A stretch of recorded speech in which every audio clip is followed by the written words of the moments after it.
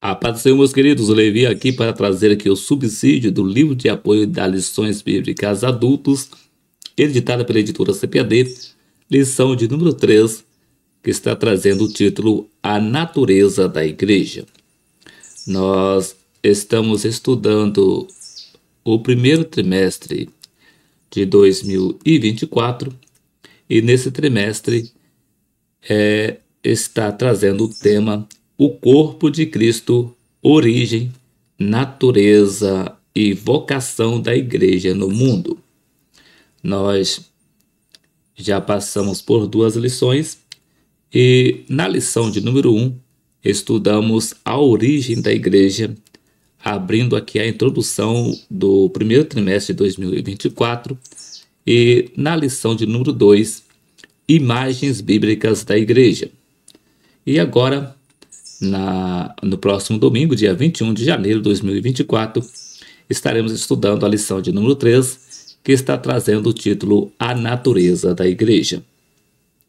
O texto áureo nos diz: porque assim como o corpo é um e tem muitos membros, e todos os membros, sendo muitos, são um só corpo, assim é Cristo também.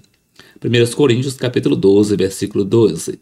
Verdade prática: conhecendo a igreja em sua natureza, nos conscientizamos da importância de fazer parte dela. Leitura bíblica em classe está registrado em 1 Coríntios capítulo 12, versículos 12 ao versículo 27, que nos diz: porque assim como o corpo é um e tem muitos membros, e todos os membros, sendo muitos, são um só corpo, assim é Cristo também. Pois todos nós fomos batizados em um espírito, formando um corpo, quer judeus, quer gregos, quer servos, quer livres, e todos temos bebido de um espírito. Porque também o corpo não é um só membro, mas muitos. Se o pé disser, porque não sou mão, não sou do corpo, não será por isso do corpo? E se a orelha disser, porque não sou olho, não sou do corpo, não será por isso do corpo? Se todo o corpo fosse o olho, onde estaria o ouvido? Se todo fosse o ouvido, onde estaria o olfato?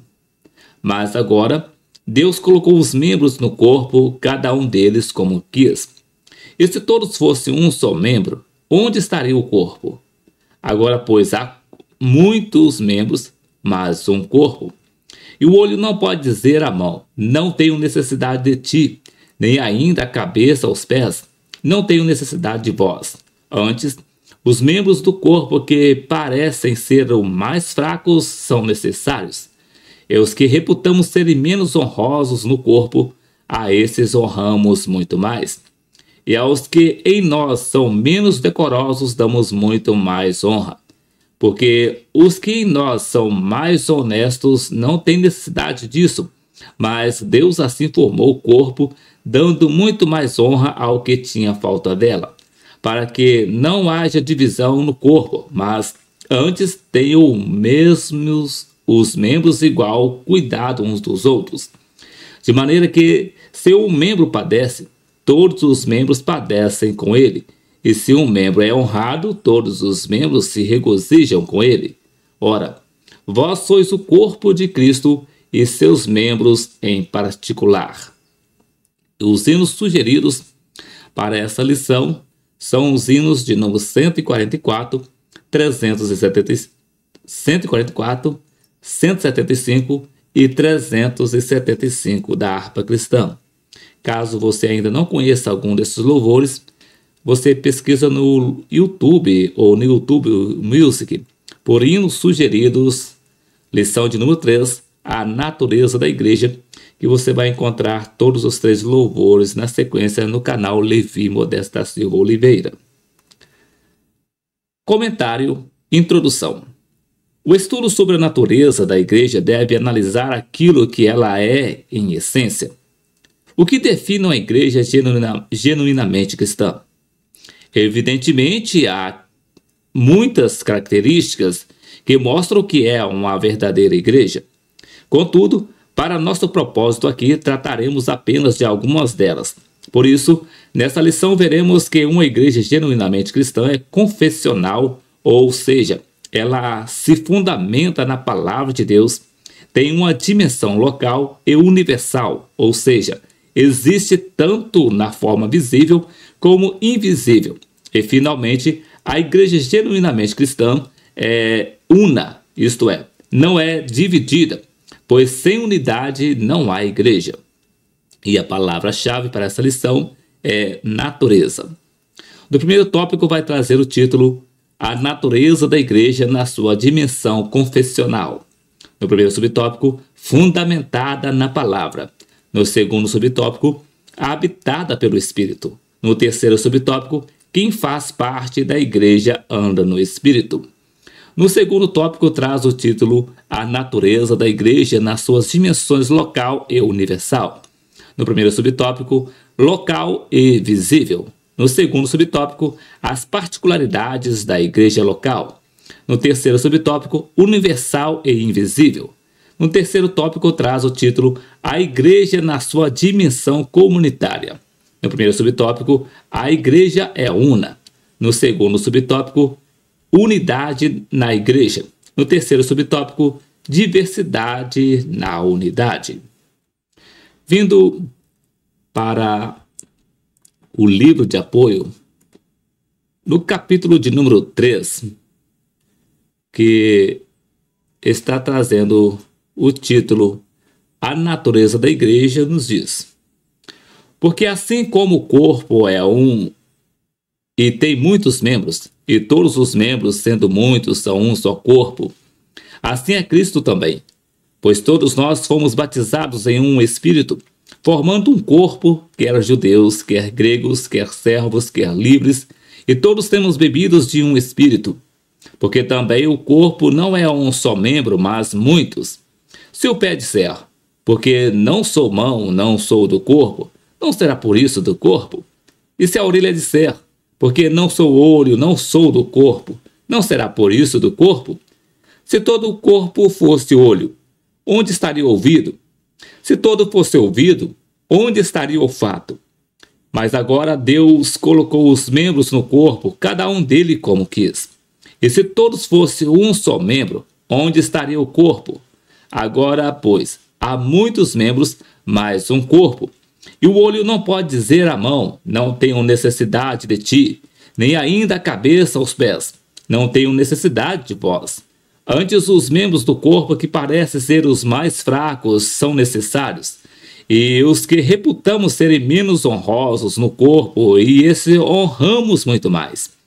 E aos que em nós são menos decorosos, damos muito mais honra, porque os que em nós são mais honestos não têm necessidade disso, mas Deus assim formou o corpo, dando muito mais honra ao que tinha falta dela, para que não haja divisão no corpo, mas antes tenham os membros igual cuidado uns dos outros, de maneira que, se um membro padece, todos os membros padecem com ele, e se um membro é honrado, todos os membros se regozijam com ele.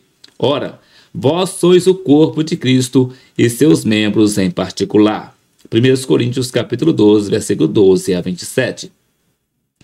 Nesse capítulo, estudaremos sobre a natureza da igreja a partir da sua dimensão confessional, local, universal e comunitária. A igreja como um organismo vivo cuja cabeça é Cristo, possui seus próprios fundamentos. Nesse aspecto, a igreja possui crenças e práticas que lhes são próprias e que revelam o que ela é na essência. Assim dizemos que uma igreja genuinamente cristã é confessional, porque possui como fundamento a palavra de Deus. Essa palavra pode ser descrita como o corpo, como o próprio Cristo, a palavra encarnada, e a Bíblia, a palavra inspirada. Dizemos que outro aspecto que reflete a natureza da igreja pode ser visto nas suas dimensões local e universal, visível e invisível. Nesse aspecto, a igreja possui um aspecto temporal e atemporal. Ela é formada tanto pelos santos vivos como os que já estão na glória. Por último, podemos nos referir à dimensão comunitária da igreja como expressão da sua natureza. A igreja não existe fora da sua dimensão comunitária. ela é um corpo e, como corpo, existe pela união de seus membros. A igreja é logocêntrica. Isso significa dizer que ela é centrada na palavra de Deus. Aqui nos referimos tanto à palavra viva, Cristo, como às palavras escritas, a Bíblia. No capítulo 12 de 2 de Coríntios, 1 Coríntios, temos uma das mais belas analogias sobre a igreja quando Paulo compara com o corpo humano. Ali o apóstolo vai tratar sobre a unidade da igreja no contexto dos carismas do Espírito. Esse capítulo, contudo, não está isolado, sendo escrito no contexto em que Cristo deve ser visto como o centro. Anteriormente, o apóstolo escreveu: porque ninguém pode pôr outro fundamento além do que já está posto, o qual é Jesus Cristo. 1 Coríntios capítulo 3, versículo 11. Isso significa que Jesus, a palavra viva, é de fato o centro da igreja. Nesse sentido, Greg Allison observa: João, no início de seu evangelho, apresenta aos seus leitores o Logos, João capítulo 1, versículo 1. Na ocasião em que o universo foi criado, no princípio, uma expressão que lembra Gênesis capítulo 1, versículo 1. Algo e Logos, ou o Logos, já existia e se relacionava com Deus. A palavra estava com Deus. Além disso, o Logos era o próprio Deus. A palavra era Deus. Ademais, o Logos também foi o agente da criação. João capítulo 1, versículo 3. Bem como a fonte de vida eterna, no versículo 4. Em certo sentido, a verdadeira luz, o Logos, ao se tornar encarnada, ilumina todas as pessoas em todas as partes a partir desse acontecimento. Versículo 9. Infelizmente, embora todos em toda parte devam sua existência ao Logos, o mundo não o conheceu. Versículo 10. Mas especificamente, ele veio para o que era seu, e o seu próprio povo não o recebeu. Mas a todos os que o receberam, que creram em seu nome, deu-lhes o direito de se tornarem filhos de Deus. Versículo 11 e 12. Esse Logos não é outro senão o Filho eterno de Deus, a segunda pessoa da Trindade que, na encarnação, assumiu natureza humana. Versículo 14.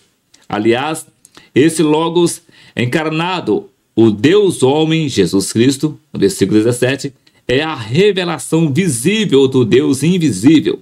Versículo 18. Uma vez que o Logos é tudo isso o próprio Deus, o Criador de todas as coisas, a vida eterna dos seres humanos, o Filho encarnado de Deus, a revelação do Pai. Não é preciso dizer que a igreja é centrada nele como palavra de Deus. As Escrituras deixam esse fato claro. Jesus chama o que ele está edificado de minha igreja. Mateus capítulo 16, versículo 18. Com respeito à instituição da igreja, Paulo acrescenta que ela é edificada sobre o fundamento dos apóstolos e dos profetas, sendo o próprio Cristo Jesus a pedra angular. Efésios capítulo 2, versículo 20 e 1 Pedro capítulo 2, versículo 4 a 6. A imagem da pedra angular tem como objetivo enfatizar a centralidade de Jesus Cristo para a igreja, como pedra principal do edifício, pelo qual todo o restante do prédio se alinha. A pedra angular ocupa um lugar de suprema importância. Nesse aspecto, toda a eclesiologia bíblica só existe em função da cristologia. Cristo, a palavra encarnada, é o centro da igreja. Se Cristo, como o eixo sobre a qual a igreja está centrada, for retirado ou deslocado, então a igreja perde não só a sua identidade, como também a sua essência. Todo ataque contra a igreja acontece primeiramente na esfera cristológica.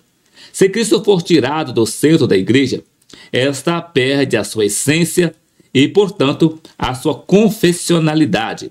Há outro aspecto da loncentricidade da igreja, a palavra inspirada. Faz parte da natureza da igreja verdadeiramente cristã ser centralizada na Bíblia, a inspirada palavra de Deus. Se por um lado a igreja é atacada na sua cristologia, da mesma forma as escrituras, como palavra inspirada, a sola scriptura, lema propagado pela reforma do século XVI, ecoou como um grito de retorno à Bíblia, assim como um distanciamento da luz lança um corpo na escuridão. Da mesma forma, o afastamento da Bíblia deixa o homem em trevas. Assim, Allison destaca: a graça salvadora de Deus é revelada por meio da palavra de Deus, com um sentido diferente de logos. Também nesse segundo sentido, a igreja é logocêntrica, centrada nas escrituras, a palavra inspirada. Especificamente, as escrituras canônicas são inspiradas, suficientes, necessárias, verdadeiras ou inerrantes, claras, imbuídas de autoridade e produtivas. Quando Paulo fala dos escritos sagrados que podem fazer-te sábio para a salvação pela fé em Cristo Jesus, ele explica que toda a escritura é inspirada por Deus e proveitosa para o ensino, para a repreensão, para a correção e para a instrução na justiça, a fim de que o homem de Deus seja competente e preparado para toda boa obra. 2 Timóteo capítulo 3, versículo 15 a 17. A inspiração das Escrituras pode ser declarada em razão da supervisão pelo Espírito Santo dos autores bíblicos ao redigirem pessoalmente seus escritos. 2 Pedro capítulo 1, versículo 19 a 21. Portanto, a redação das Escrituras foi um processo confluente ou cooperativo do qual participaram os autores humanos, que construíram suas narrativas, seus salmos, suas cartas e outros escritos ao usarem suas aptidões gramaticais, escolhas de gêneros literários e perspectivas teológicas, e a direção específica do Espírito Santo sobre eles e o seu trabalho. O resultado desse processo humano de redação supervisionado pelo Espírito foi o conjunto da palavra inspirada por Deus, que proporciona grandes benefícios para todos os cristãos.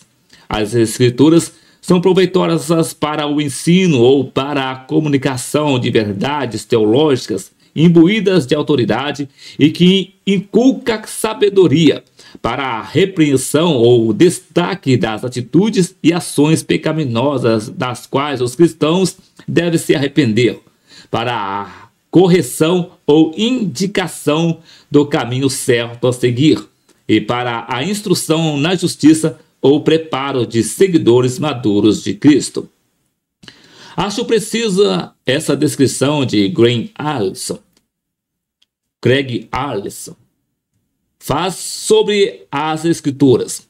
A Bíblia é o parâmetro sobre o qual devemos medir todas as nossas crenças e práticas. Qualquer afastamento do solo bíblico é escorregadio e perigoso. Infelizmente, há um evangelho sensorial que tem produzido uma fé doentia nos cristãos, porque o seu fundamento não está nas Escrituras. Já vi pessoas simples sendo traídas pelos seus sentimentos e ao não medir o que diziam por aquilo que está revelado no texto canônico. Vi também grandes pregadores sendo traídos pelos seus sentidos porque deixaram de lado as Escrituras. Outro aspecto confessional da natureza da igreja é que ela é pneumadinâmica. Já vimos que o Espírito mergulha o cristão na igreja. Isso significa que, na regeneração, o crente torna-se membro do corpo de Cristo ao ser revelado ou ao ser selado com o Espírito Santo. Esse é o batismo no corpo, a igreja. Esse batismo de iniciação na fé cristã, que tem o Espírito como o seu agente, conforme 1 Coríntios capítulo 12, versículo 13, é diferente do batismo no Espírito Santo, que é de capacitação e que tem Cristo como seu agente. Atos capítulo 2, versículo 33. Isso nos mostra dinâmicas do Espírito na igreja. Mais uma vez, citando Alisson, vemos, a igreja é pneumodinâmica ou criada, reunida, dotada e capacitada pelo Espírito Santo. Não se trata de uma negação da obra muito importante do Espírito de estabelecer, liberar, santificar e conduzir o povo de Israel debaixo da antiga aliança. Ao mesmo tempo, a obra do Espírito Santo na nova aliança é pronunciadamente mais extensiva e intensiva, como tratamos no capítulo 2. Na igreja, essa obra do Espírito Santo consiste em diversos ministérios e pode-se dizer que eles abarcam a totalidade da experiência de salvação dos seguidores de Cristo. Na realidade, mesmo antes de as pessoas aceitarem Jesus Cristo como para a salvação, o Espírito Santo já está trabalhando poderosamente para convencê-las do pecado, da justiça própria e do falso juízo. João capítulo 16, versículo 8 a 11. À medida que esse convencimento se consolida, o Espírito Santo produz regeneração ou a concessão de uma nova vida espiritual em lugar da morte espiritual. Tito capítulo 3, versículos 5 e 6. As pessoas são nascidas de novo e refeitas em uma nova criação. João capítulo 3, versículo 3 a 5, 2 Coríntios capítulo 5, versículo 17. Esses novos cristãos também são selados com o Espírito Santo. Efésios capítulo 1, versículo 13 e 14. Para mostrar que pertencem a Deus e têm o Espírito como os primeiros frutos. Romanos capítulo 8, versículo 23. Ou como penhor. 2 Coríntios capítulo 1, versículo 22. E capítulo 5, versículo 5. A garantia de que, um dia, experimentarão a plenitude da presença e da bênção de Deus quando Cristo voltar. De modo subjetivo, o Espírito Santo dá testemunho para os seguidores de Cristo de que verdadeiramente pertence a Deus para sempre. Romanos capítulo 8, versículo 16. Da mesma forma, como o cristão pode perder o rumo espiritual quando sai da esfera da palavra de Deus, assim também o cristão incorre em erro quando se deixa levar por carismatismo. Esse é um termo usado pelos teólogos para referir-se às supostas manifestações atribuídas ao Espírito Santo. Muitos do que se tem passado como obra do Espírito no contexto do movimento evangélico brasileiro não passa de carismatismos. Não é o fogo do Pentecostes, mas uma fumaça cinzenta proveniente da carne. Os resultados estão aí: falsas profecias, falsos milagres e profissionais do púlpito, enriquecendo-se à custa da fé dos incautos. Nesse aspecto, temos pregadores de mais e santos de menos. Não posso atribuir ao Espírito Santo uma obra contaminada pela carne. Também não faz parte da natureza da igreja ser local e visível, universal e invisível. No seu aspecto local, a igreja também é visível. É a igreja da qual todos temos consciência de que existe e da qual fazemos parte. Nesse sentido, a igreja local pode ser conhecida na sua dimensão geográfica. A igreja de Deus que está em Corinto, aos santificados em Cristo Jesus, chamados santos, com todos os que em todo lugar invocam o nome de nosso Senhor Jesus Cristo, Senhor dele e nossos. 1 Coríntios capítulo 1, versículo 2. A todos os que estáis em Roma, amados de Deus, chamados santos, graça e paz de Deus nosso Pai e do Senhor Jesus Cristo. Romanos capítulo 1, versículo 7. Como expôs Guy Duffield, A igreja local é composta de cristãos identificados com um corpo constituído, adorando em uma localidade. Romanos capítulo 16, versículo 1, Colossenses capítulo 4, versículo 16, Gálatas capítulo 1, versículo 2 e 22, Atos capítulo 14, versículo 23. Os membros de uma igreja local formam a igreja mesmo quando não estão reunidos, fato que pode ser verificado em Atos capítulo 14, versículo 27.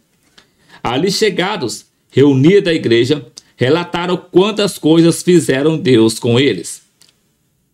Todos os crentes autênticos são membros do corpo universal de Cristo. Todavia, todos os crentes fiéis devem estar identificados com uma igreja local, onde se reúnam para a adoração, confraternização e serviço com alguma regularidade. Hebreus capítulo 10, versículo 24 e 25. Os cristãos não podem ser propriamente crentes no isolamento, pois não são apenas crentes, são também discípulos, irmãos e membros de um corpo.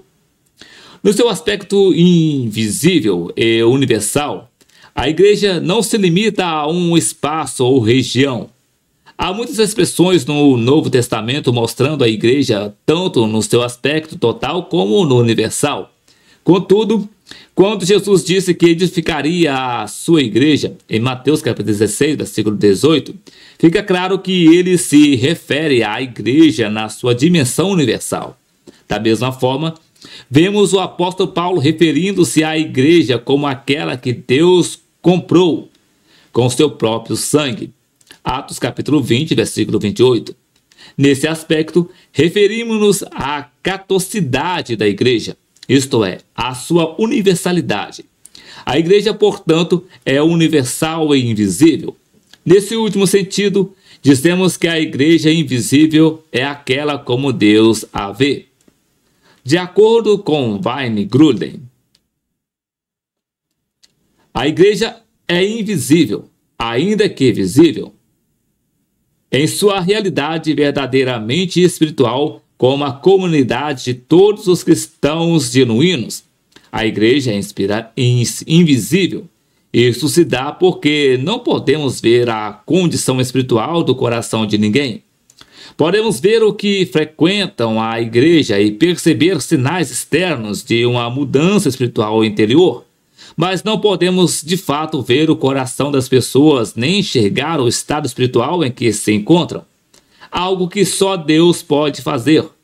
Foi por isso que Paulo afirmou: o Senhor conhece os que lhe pertencem. 2 Timóteo capítulo 2, versículo 19. Mesmo em nossas igrejas e em nossa vizinhança, só Deus sabe, com toda a certeza, se e sem errar, quem são os verdadeiros cristãos. Falando da igreja como invisível, o autor de Hebreus fala da assembleia, literalmente igreja, dos primogênitos arrolados nos céus. Hebreus capítulo 12, versículo 23. Ele diz que o cristão do presente une-se àquela assembleia em adoração. É importante aqui fazer uma distinção entre a igreja e denominação.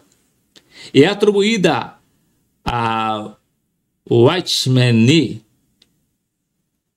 a ideia de que só pode haver uma igreja numa cidade.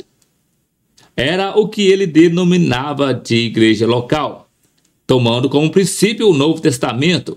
Essa ideia parece bíblica.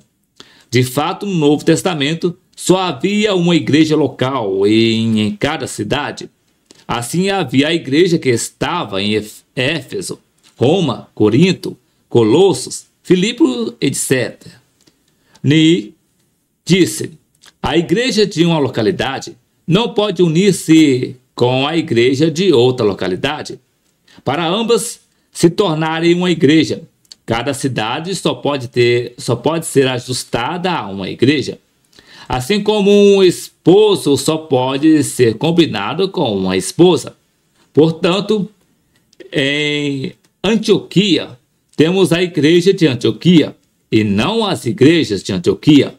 Atos capítulo 13, versículo 1. seria errado dizer as igrejas de Antioquia. De acordo com a determinação de Deus, uma localidade só pode ser combinada com uma igreja, nunca com muitas igrejas. Na Bíblia você jamais encontrará as igrejas em Corinto ou as igrejas de Antioquia, mas a Bíblia na verdade diz a igreja de Antioquia, a igreja em Corinto, como vemos em 1 Coríntios capítulo 1, versículo 2. A igreja em Filadélfia, todas no singular. Não havia igrejas em Antioquia, em Corinto ou em Filadélfia. Ao meu ver, o problema com essa afirmação é que ela confunde denominações com igreja. Nos dias bíblicos não havia denominações. O denominacionalismo surgiu em tempos posteriores. No atual contexto, o princípio bíblico continua válido. Em cada local só existe, de fato, uma igreja de Cristo. Mas essa igreja, como corpo místico de Cristo, pode ser formada por crentes de várias denominações verdadeiramente cristãs. Todos nós somos conscientes de que há outras denominações cristãs, além de nossa, que também fazem parte da Igreja de Cristo. Isso, contudo, não quer dizer que toda denominação cristã faz parte da Igreja verdadeira. Há muitas denominações ou grupos religiosos, e não são poucos, afastados dos princípios bíblicos e que, portanto, não podem ser considerados como fazendo parte das igrejas cristãs. São denominações e grupos que negam, por exemplo, a divindade de Jesus e a personalidade do Espírito Santo, não podendo ser vistos como igrejas de Cristo. Todavia, ao mesmo tempo em que não podemos validar todas as denominações como cristãs, também não podemos considerar somente a nossa denominação como sendo o único corpo de Cristo numa cidade, pois isso não passa de puro sectarismo. A natureza da igreja também pode ser vista na sua dimensão comunitária. Aqui, o principal aspecto a ser observado está relacionado à unidade da igreja. Cristo tem um só corpo, que é a sua igreja. Nesse aspecto, a igreja como corpo de Cristo é indivisível. Escrevendo aos Coríntios, o apóstolo Paulo indagou: está Cristo dividido? 1 Coríntios capítulo 1, versículo 13. No capítulo 12 da sua primeira epístola aos Coríntios, Paulo mostra uma analogia da igreja com um corpo humano, a fim de destacar a sua harmonia e unidade. Assim como o corpo é unido, havendo harmonia entre os seus membros e órgãos, assim também é a igreja. Contudo, unidade não significa uniformidade. Emerson observou. Em 1 Coríntios, no capítulo 1, versículo 10 a 30, Paulo adverte contra divisões na igreja e conclama os membros a serem unidos em Cristo. Nessa mesma epístola, no capítulo 12, declara que, embora haja muitos dons, há um só corpo, conforme vemos também em Romanos capítulo 12, versículo 3 a 8. O Evangelho segundo João fala de um só pastor e um só rebanho. João capítulo 10, versículo 16. E Jesus ora para que seus seguidores sejam um, assim como o Pai e o Filho são um. João capítulo 17, versículo 20 a 26.